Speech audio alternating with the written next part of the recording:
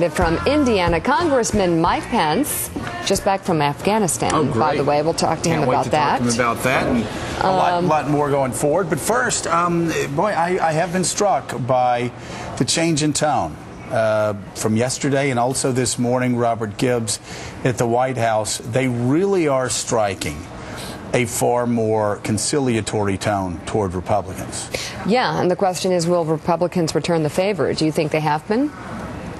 Well, I don't know. I think John Boehner keeps talking about how they're going to find common ground. They certainly were saying a lot of the same things yesterday. I think it's in everybody's best interest because we've been debating around this table about exactly what the Republicans have to give up. And the bottom line is Republicans this year have to be careful not to make the mistake that we made in '95, where we believe, okay, we got elected, we won this big landslide, 74 people swept in, we own this place.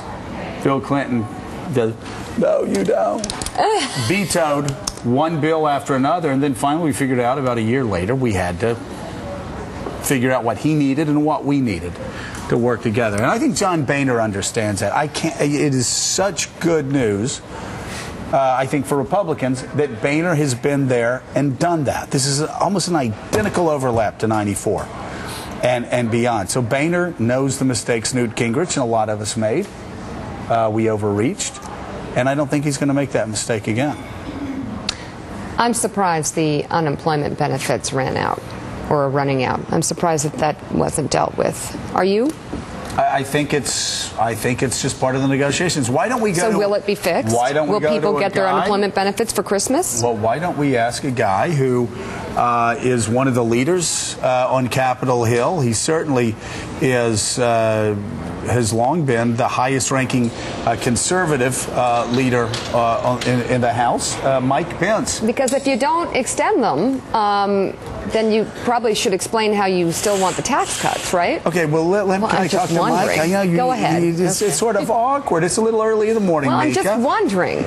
Mike, how are you doing? Happy holiday season to you. Yeah, doing great. Thanks for having me on, guys. Good. So let's go over a couple of things, and we'll get to Mika's question in a bit. But first, let's start with the tax cut deal. There was a meeting yesterday. The two sides seem to be trying to get together. What do you expect in the end we will see in terms of a deal over taxes? Well, what I hope to see, what I know that John Boehner and Eric Cantor delivered as a message yesterday was that House Republicans believe that we should not raise taxes on any American in January, not one. We ought to be extending all the current tax rates. Jim DeMint and I actually have introduced legislation to permanently extend these tax rates as a first step toward getting this economy moving again. But I think that was the message, and the question right now is whether or not the president got the message. And I understand. 63 seats were turned over. Truthfully, I saw this morning in an article, Joe, that the president said something like the American people didn't vote for gridlock. Well, yeah, they kind of did. They kind of did. Congress and the White House were working together pretty well the last couple of years, and the American people stood astride history here and yelled stop. Republicans are absolutely determined to prevent any tax increase on any American, but we're also determined to turn this Congress back in the direction of fiscal responsibility, limited government, and the kind of pro-growth policies I was talking about in Detroit. Okay, so let me ask you this question. Obviously, these taxes sunset. So the president has a stronger hand than he would normally if he were actually trying to proactively raise taxes. So that requires Republicans are going to have to meet him somewhere in the middle. I understand ideologically why you did what you did. Obviously, I never met a tax cut I didn't like. But where we stand right now in 2010, you're going to have to strike a deal with him. Would it be offensive to you to go ahead and extend these tax cuts 2 years for everybody except for people earning $1 million or more? Well, for me, and I think for House Republicans, we believe that raising taxes on anybody in the worst economy in 25 years is a profoundly bad idea. Right. I mean, you're essentially, wherever they want to draw the line, the president, I know, said he's going to stick at 250,000. They're playing with this million. At the end of the day, you're talking about raising taxes on job creators. And back in Indiana, I can tell you, people know raising taxes on job creators isn't going to create jobs. I mean, first thing we ought to do is make sure that we preserve all the current tax rates. But then, as you know, I went up to the Detroit Economic Club on Monday, Joe. I hope you get a chance to peek at my speech. You know, there's a whole range of pro-growth policies that we ought to begin to embrace, from tax relief and reform, regulatory reform, expanded trade, access to energy, sound money. You know, we need to move on to those issues along with fiscal discipline to really get this economy growing again. But for heaven's sakes, at minimum, let's make sure nobody sees a tax increase. You know, you're framing this in the context of saving taxes or for job creators. Others are obviously going to frame this in the context of something very different, which is that you are protecting the wealthy. Yeah. How are you going to square that circle when we effectively need to raise some form of revenue somehow? Well, I don't think we have to square that circle. I think the American people already squared it. I mean, Joe the plumber proved himself to be the best political prognosticator and maybe the best economist in the last election cycle. I mean, I think people out there get it. As I travel around Indiana and a little bit around the country, people are tired of the class warfare rhetoric. They see this economy struggling. We've had more than 9% unemployment now, I think, for 18 months. That's the longest period of unemployment over that level since the Great Depression. And the American people are going, okay, stop with all the push me, pull you, typical political rhetoric, and just do what's necessary to let America and the American economy get back on its feet. Right.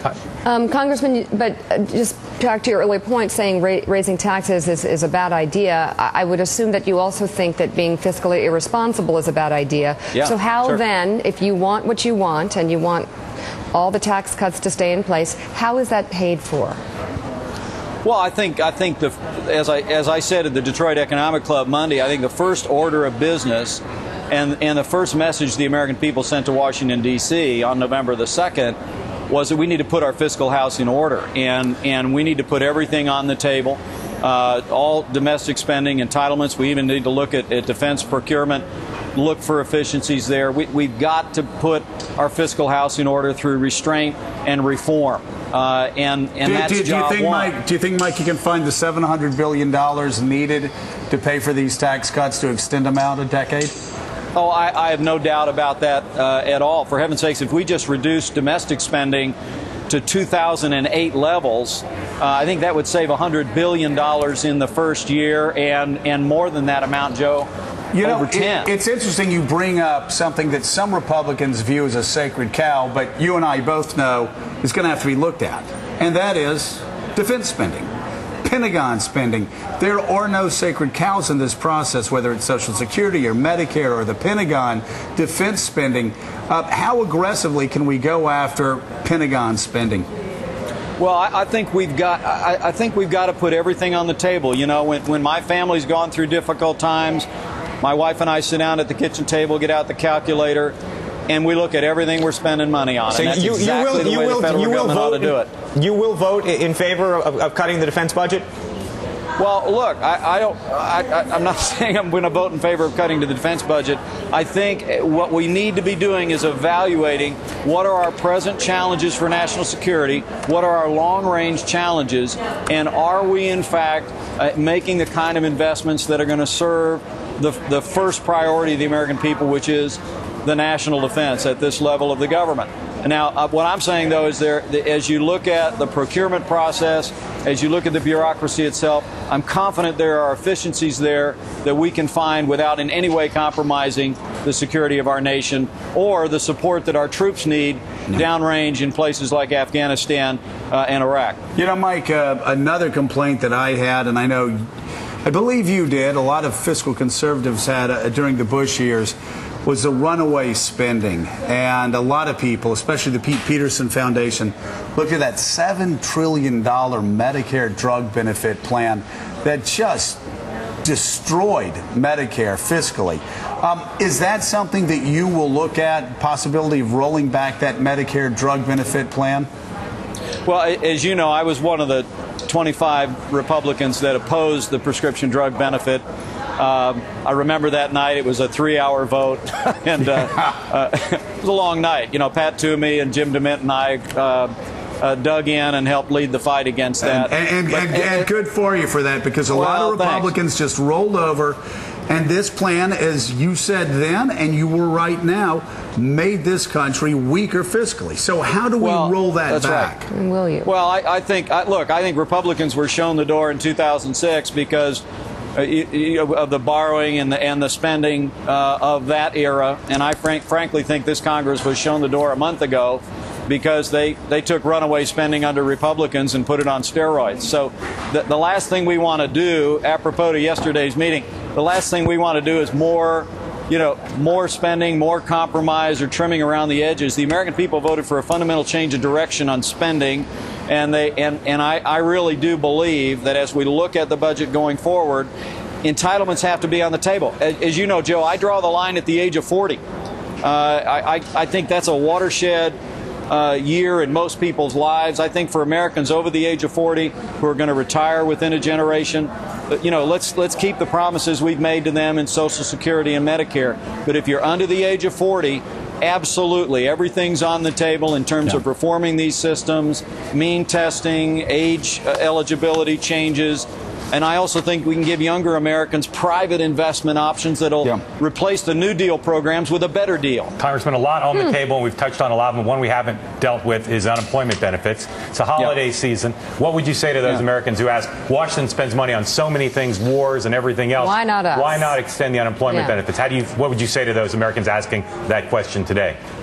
Well, first, my heart goes out to every American that is struggling under the failed policies of this administration and this outgoing Congress. I think and people see that what we've been doing under this administration, and in fairness under the last administration, has failed to create the kind of opportunities and prosperity that the American people deserve to come out of their national government. So first, my heart goes out to those Americans. I'm deeply sympathetic to them. I personally supported an extension of unemployment benefits in the past.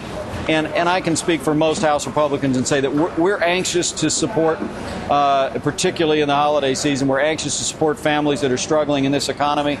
But for heaven's sakes, Mark, we got to pay for it. I mean, the American people sent a deafening message to Washington, D.C. that enough is enough. We've got to put our fiscal house in order. You people need to start making the hard choices. If the choice as we look at extending unemployment benefits, I'm more than willing to do it. But we've got to make the cuts necessary to offset those costs. If your leaders came to you and said, we have a deal with the White House, we're going to extend unemployment benefits, but the tax cuts for people making over $1 million a year will not be extended, but that helps to pay for it, would you take that deal? Would you vote for that package? Look, I think the worst thing you could do for people that are struggling in this economy and looking for a job is raise taxes on any American. We don't want to help with one hand and take away with another. Would you rather extend the tax cuts for every American, including those making over $1 million, or have the unemployment benefits extended if that's the choice? Yeah, good. This isn't a corner, but I feel the pain. So I'm kind of I'm good. Nice move. I played chess with my son the other day and I lost. So I'm not good at this chess thing. Let me tell you, I think the minimum that we have to do right now for Americans that are struggling in unemployment in this economy is make sure that no American sees a tax increase. But then, and I'm flacking a little bit my Detroit Economic Club speech Monday. I'd love for you guys to take a peek at this. There are things that we can do, things that Americans have done in generations past to jumpstart this economy, to give us a fresh start in this economy. And that's, first, do no harm, no tax increases on anybody, but then let's get on with what we know will get the economy moving, which is fiscal discipline, regulatory reform, expanded trade, tax reform and relief, sound money, and the like. Willie. Congressman Willie Geist here. Before we let you go, got to ask about your trip to Afghanistan. You're just back from there. You've been critical of the president setting that timeline, whether it's 2011 or now 2014. You say it helps the Taliban recruit. So what should the president do? How will he know then when it's time to get out? And when he does know, how will we get out? Well, let me tell you, I want to take this opportunity to commend the administration for the decision to send reinforcements into Afghanistan. What we saw on the ground a week ago was significant improvement from my trip to Afghanistan. a year ago. And I also want to commend the administration and the president personally for making it clear in Lisbon that very same weekend that July 2011 is not a date for withdrawal, that the date that the leadership in Afghanistan, that our military personnel agree on to allow the Afghan military and police to take the lead is 2014. I have to tell you, not just talking to our commanders and Afghani leaders, but talking to rank and file soldiers on the ground and everyday Afghanis out in Helmand Province, everybody breathed a sigh of relief when the president said 2014 is the date that we want Afghans going into the lead. That's a workable timeline. Everybody believes in it. Afghanis believe in it. Our soldiers believe in it. And I want to commend the president for embracing it, because I think it gives us the space in that environment to be successful for both of our countries. Mike, you have been mentioned as a possible candidate for president. You won a straw poll, a values voter straw poll. What is your time frame as we go through this year, trying to figure out whether you stay in Congress or start going to Iowa and New Hampshire to run for president? Well, let me say, Joe, we've been very humbled by the encouragement we've received around Indiana and around the country to seek higher office. And my little family and I are just determined to take the next several months to listen to people that we respect and admire, and to really prayerfully consider where we can best contribute to the life of our state and the life of our nation. All right. Mike, thank you so much. Congressman Pence. Congressman Mike Pence, always great talking to you. Up next, Thanks, Senator guys. Joe Lieberman. Also, what Politico discovered about the incoming class of anti-establishment congressional freshmen. By the way, Mark Halpern, I hate to interrupt. I'm sorry. I'm sorry. But I just said Mike. I think Mike will do pretty well out in Iowa. Depending on who's in the field, he could be a real force in the race. Real force. I think Mike Pence, seriously, may be a sleeper. Yep, I totally agree. He's got answers. He just outlined what he'd do to Social Security and Medicare. I know. And he said, do no harm. And Don't. He's a fiscal conservative, a social Raise conservative, and an taxes. economic conservative, and he talks the talk. And there aren't that many other people thinking of running who are all three of those things. And I just got to say, there aren't a lot of people that check it off that can unite the Reagan caucus. It's the question of whether somebody can jump from Congress to being president. It hasn't happened in a long time, but these are different times. Yeah. All right, let's go to Bill Cairns with a quick check on the forecast. Bill. Well, morning, everybody.